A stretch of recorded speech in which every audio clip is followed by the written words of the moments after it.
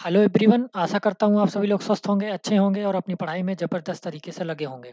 आज हम मुगल वंश खत्म करेंगे क्योंकि मुगल वंश से रिलेटेड क्वेश्चन 1-2 क्वेश्चन आपके पेपर्स में ज़रूर देखने को मिलता है। तो मुगल वंश की 2 वीडियो आएगी, एक ये आएगी, इसके बाद एक वीडियो और आएगी जिसमें मुगल वंश को पूरी तरीके से खत्म किया जाएगा। इससे बाहर से क्वेश्चंस नहीं आते, कुछ थ्योरेटिकल पार्ट मैं ऐसे ही आपको बताऊँगा जिसको आप सुनकर नोट डाउन करते रहिएगा।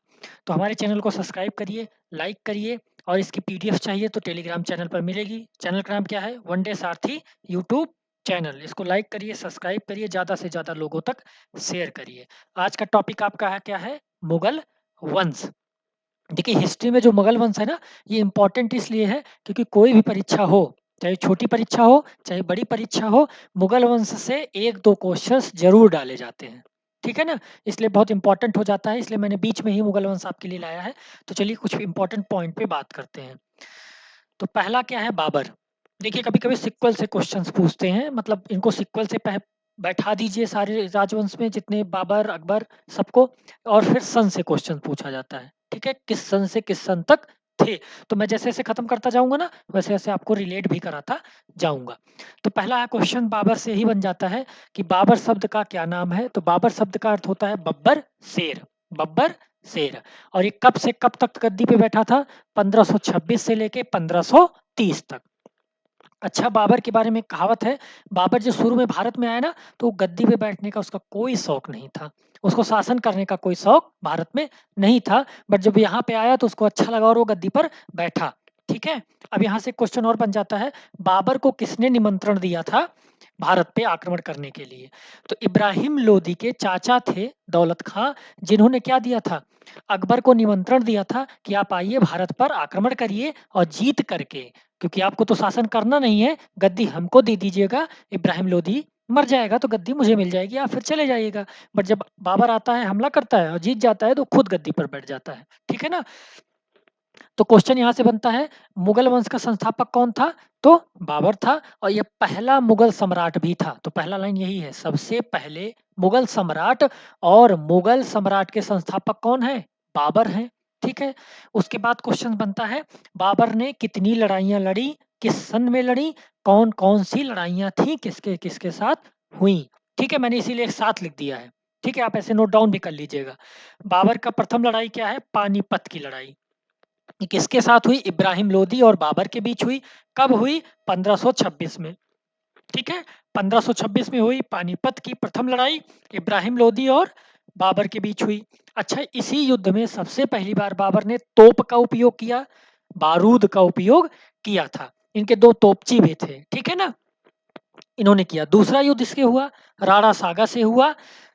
ठीक है? खानवा का युद्ध जिसे कहा जाता है, कब हुआ? 1527 में हुआ। तो डायरेक्ट क्वेश्चन बनता है, सीक्वल से भी लगाने को आता है। तीसरा युद्ध हुआ, चंदेली का युद्ध हुआ, ये कब हुआ? 1528 में हुआ।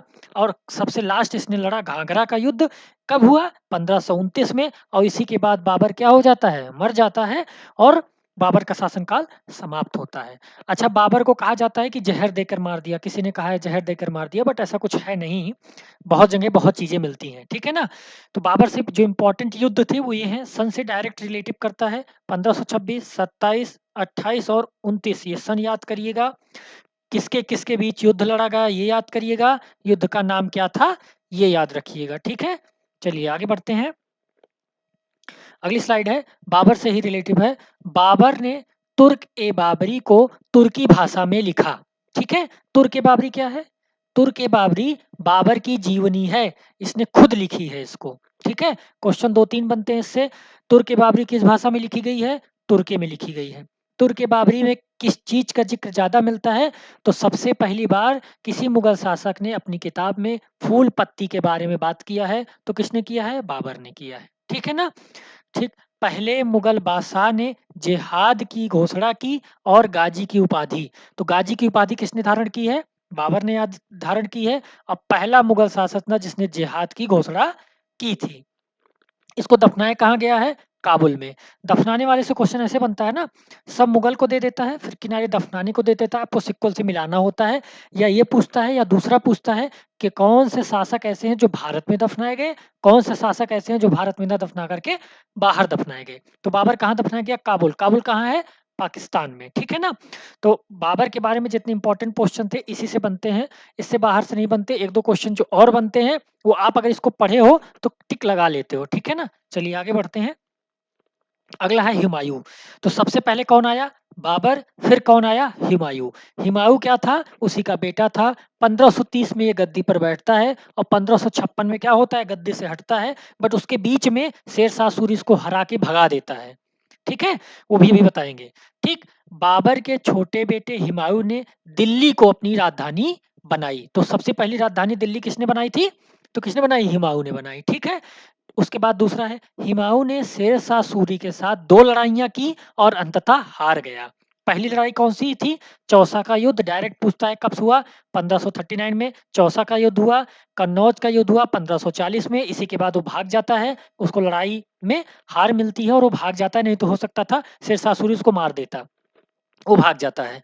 दूसरे महान मुगल सम्राट ने 15 वर्ष भाग मतलब निकासी मतलब क्या था? भाग गया था। फिर 1555 ईस्वी में वो अधिकारी बैरम खां की मदद से भारत पर फिर से आक्रमण करता है और गद्दी पर बैठता है। तो सोचिए इतने दिन तक तो ये भाग ही गए थे। 40 से 55 के बीच में 15 साल सिर्फ भाग कर बिताए थे, खानाबदोश की ज़िंदगी जीते थे राजा के बेटे और भागते थे। और हुमायूँ क्या था? ये ज्योतिषी का बहुत बड़ा ज्ञाता तो था नहीं, बट ज्योतिषी को बहुत मानता था। ये सातों रंग में 7 कलर के कपड़े पहनता था, अंगूठियाँ बहुत सारी पहनता था। तो ये सब क्वेश्चन पूछा गया है, कौन-सा ऐसा शासक था जो ज्योतिषी को मानता था और सातों दिन अलग-अलग कलर के कपड़े पहनता था? तो कौन था? हुमायूँ था। ठीक है? फिर अगला क्वेश्चन बनता है, 1526 ईस्वी में हुमायूँ ने अपने पुस्तकालय की भवन की सीढ़ियों से गिरकर इसकी मृत्यु हो गई थी। ठीक है? किसकी पुस्तकालय की सीढ़ी से गिर के किसकी मृत्यु हुई? तो हुमायूँ की हुई थी। ठीक है? उसके बाद लास्ट में क्वेश्चन बनता है, हुमायूँनामा किसने लिखा? तो हुमायूँनामा उसकी सौतेली बहन गुलबदन बेगम ने लिखा था। ये भी इम्पोर्टेंट क्वेश्चन है। हुमायूँ से भी इतना ही क्वेश्चन आता है। ये याद रखिएगा, सन कभी-कभी मिलाने को देता है। अभी उत्तर प्रदेश पिछले साल पेट की पेपर हुई थी, उसपे औरंगजेब का सन मिलाने को आया हुआ था। वहाँ पे ये सन सही था औरंगजेब का, ये वाले में गलती की गई थी। ठीक है ना? तो ये याद रखिएगा, पहला तो सन मिलाने को आता है, दूसरा कुछ इंपॉर्टेंट युद्ध आते हैं, फिर उसका किसने किताब लिखी, कैसे मरा, ये सब चीज़ें ही पूछी जाती हैं। अच्छा, हुमायूँ को कहाँ दफनाया गया है? तो दिल्ली में दफनाया गया है। ठीक है ना? चलिए आगे बढ़ते हैं। अगला शासन है आपका अकबर का। अकबर को महान कहा जाता था। क्यों कहा जाता था? क्योंकि वो हिंदू और मुस्लिम को एक करने में ज़्यादा काम किया था, इसलिए कहा जाता है कि अकबर महान थे। ठीक है ना? अकबर का सन बहुत इम्पोर्टेंट है, पूछता है 1556 से लेके 605 ईस्वी तक कौन बैठा गद्दी पर? आपका अकबर बैठा। अकबर के बारे में सबसे इम्पोर्टेंट बात ये है कि वो अनपढ़ था, बट सबसे समृद्धशाली शासक माना जाता है, क्योंकि उसने क्या किया? सबसे देख-देख कर सीखा, स्किल उसकी अच्छी थी। जैसे कहा नहीं जाता कि आपकी पढ़ाई अगर नहीं आती, आपको लिखाई नहीं आती, बट आपकी स्किल अगर बहुत अच्छी है उस वर्क में, तो आप कुछ भी कर सकते हो। तो अकबर का यही था। तो पढ़िए पहला क्या लिखा है? हुमायूँ के अधिकारी बैरम खां ने 13 वर्ष की आयु में अकबर को तीसरे मुगल के रूप में ताज पहनाया। अब देखिए, बैरम खां से इम्पोर्टेंट ये है, बैरम खां ने ही 15 साल बाद हुमायूँ का इसके पहले जो थे हुमायूँ, हुमायूँ का साथ देकर क्या किया था? गद्दी पे बैठाया था। उसके बाद जैसे ही हुमायूँ का होता है मृत्यु, उसके बाद बैरम खां ने ही किसको बैठा दिया? अकबर को बैठा दिया 13 साल की उम्र में ही। ये अनपढ़ भी थे और बहुत छोटी उम्र में ही गद्दी पे बैठे। सँभालता कौन था सारा कार्यभार? बैरम खां सँभालता था, ठीक है? अंगरक्षक भी इसको उसने अकबर ने अपना माना था। उसने बैरम खां की मदद से पानीपत का दूसरी युद्ध लड़ा। तो पानीपत का प्रथम युद्ध कब हुआ था? 1526। दूसरा युद्ध 1556। अच्छा, पानीपत कहाँ पे है? हरियाणा में है। ठीक है ना? ये भी क्वेश्चन बना है कि पानीपत प्रेजेंट टाइम में कहाँ पे है? तो हरियाणा में है। अच्छा, पानीपत का प्रथम युद्ध किसके बाद बीच हुआ था? इब्राहिम लोदी के उस बीच के हुआ था। और पानीपतम का द्वितीय युद्ध किसके बीच हुआ है? हिमू और अकबर के बीच में हुआ था। अकबर जीता था। ठीक है, अगला बात करते हैं जो इम्पोर्टेंट अकबर के युद्ध हैं। चित्तौड़ का युद्ध 1568, रणथंभौर और कारिंजर का युद्ध 1569, गुजरात का युद्ध 1672। ये इम्पोर्टेंट इसलिए है, जब गुजरात का युद्ध जीता था, तब वो अकबर में आके फतेहपुर सीकरी बुलंद दरवाजा बनवाया। ठीक है ना? मेवाड़ का युद्ध लड़ा था 1576 में, कश्मीर का युद्ध 1586 में, सिंधी का युद्ध 1593 और सबसे लास्ट का 603 में लड़ा था। ठीक है? ये इसके इम्पोर्टेंट युद्ध हैं, जो आप नोट डाउन कर सकते हो। डायरेक्शन पूछता है युद्ध का नाम पूछता है अकबर से। अकबर ने अधिकतर जितने युद्ध लड़े सब जीता ही था वो, ठीक है। चलिए आगे बढ़ते हैं। अकबर का और क्या है। 1572 में अकबर की गुजरात पर विजय के बाद फतेहपुर सीकरी में बुलंद दरवाजा, बुलंद दरवाजा किसने बनाया? पहला क्वेश्चन अकबर ने बनवाया। कब बनवाया? 1572 में। किस जीत के कारण बनवाया? तो गुजरात विजय। जब वो गुजरात जीत लिया तो आके अकबर कहाँ करता है? आगरा में बुलंद दरवाजा की स्थापना करता है, बनवाता है। अच्छा, अकबर महान क्यों था? ये पॉइंट सबसे इंपॉर्टेंट है। अकबर ने सती प्रथा को बंद किया और विधवा पुनर्विवाह को प्रारंभ किया। सती प्रथा क्या थी? सती प्रथा ये होती थी कि अगर उस टाइम पे कोई औरत का आदमी मर जाता था तो औरत को भी जिंदा उसके साथ जला दिया जाता था। यही क्या होती थी? इसी को कहा जाता था सती प्रथा। इसी को किसने बंद किया? अकबर ने बंद किया कि ऐसा नहीं होना चाहिए। अगर वो औरत का पति मर गया है तो विधवा है तब भी उसका विवाह किसी और के साथ करना चाहती है तो कर सकती है, इसीलिए उसको महान कहा जाता था, ठीक है ना। इसने जजिया कर भी बंद करा दिया था। जजिया कर क्या था? मंदिरों में अगर आपको दर्शन करना है तो उसके लिए आपको टैक्स देना पड़ता था, वो भी अकबर ने बंद करा दिया। बाद में औरंगजेब उसको चालू करा देता है, ठीक है। तीसरे मुगल सम्राट ने अपने वित्त मंत्री राजा टोडरमल, अच्छा राजा टोडरमल से एक चीज याद रखिएगा, इस समय पे जो लेखपाल कानूगो जितना काम करते हैं वही सारा काम टोडरमल करता था। तो टोडरमल समझ लीजिए उस समय का लेखपाल था, ठीक है ना। भूमि राजस्व प्रणाली शुरू की, भूमि का वर्गीकरण, लगान, ये सब किस कौन निर्धारित करता था? टोडरमल। तो पूछता है क्वेश्चन, टोडरमल क्या करता था? बंदोबस्त व्यवस्था, ये सारी व्यवस्थाएं जमीन से जुड़ी जितनी व्यवस्थाएं, कर माने टैक्स से जितनी जुड़ी व्यवस्थाएं उसको कौन करता था? टोडरमल, ठीक है ना। ये याद रखिएगा, क्वेश्चन पूछा गया है। उन्होंने कुलीन वर्ग और सेना को संगठित करने के लिए मनसबदारी प्रणाली, रैंक धारक प्रणाली की शुरुआत की। मनसबदारी ये होता है जो जितना बड़ा सेनादार होगा उसके पास उतनी ज्यादा मनसबदारी चीजें होंगी, ठीक है। तो एक कुलीन वर्ग, जो कुलीन वर्ग थे जिनके पास खाने पीने की चीजें नहीं होती थी, अकबर कहता था आइए सेना में हमारे साथ जुड़िए, लड़ाई करिए, आपको कुछ नहीं कुछ पैसा पेंशन दिया जाएगा, खाने पीने को दिया जाएगा। तो वो आराम से जुड़ता था इनके साथ, ठीक है। तो मनसबदारी में क्या थी कि सेना रैंकर धारक जो जैसे अच्छा अच्छा युद्ध लड़ता था उसको रैंक भी दी जाती थी। अकबर ये सब चीजें करता था, ठीक है ना। चलिए आगे क्या पॉइंट है। अकबर के दरबार के 9 रत्न थे। तो पहला क्वेश्चन तो यही बन गया, अकबर में कितने रत्न थे? 9 रत्न। 9 रत्न का नाम पूछता है, कभी कभी पूछता है। चार ऑप्शन दे दिया कि इसमें से कौन सा ऐसा व्यक्ति है जो 9 रत्न में सम्मिलित नहीं था। तो सारे का नाम लिखा है, आप याद रख लीजिएगा।